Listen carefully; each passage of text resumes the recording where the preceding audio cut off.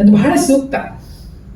ಈ ಹಾಡನ್ನು ಹಾಡಿದಾಗ 2005ನೇ ಇಸ್ವಿಯಲ್ಲಿ ನಾನು, ಅಂದರೆ talking about almost 20 years back, 15 ವರ್ಷದ ಹಿಂದೆ ಹಾಡಿದಂಥ ಹಾಡು ಇವತ್ತಿಗೆ ಯಾಕೆ ಸೂಟ್ ಆಗುತ್ತೆ ಅಂದರೆ, ನಮ್ಮೂರಾಗ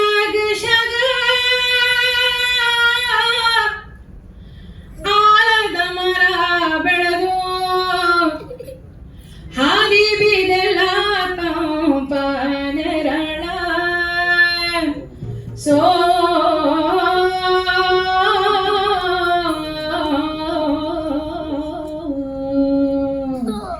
ರೆಂಬಿ ಕುಂಬಿಯ ಮೇಲೆ ಗೂಡ ಕಟ್ಟಿದವರಕ್ಕಿ ಬಲಿಕ ಕಕ್ಕಿ ಗುಡಿನಾಗ ಮಲಗ್ಯವ ಮರಿ ಹಕ್ಕಿ. ದೂರ ದೇಶದ ವಲಸಿಗ ಹಕ್ಕಿಗೂ ಐತಿ ಜಾಗ ಒಳಗ, ಬನ್ನಿರಿ ನೀವು ನಮ್ಮ ಬಳಗ.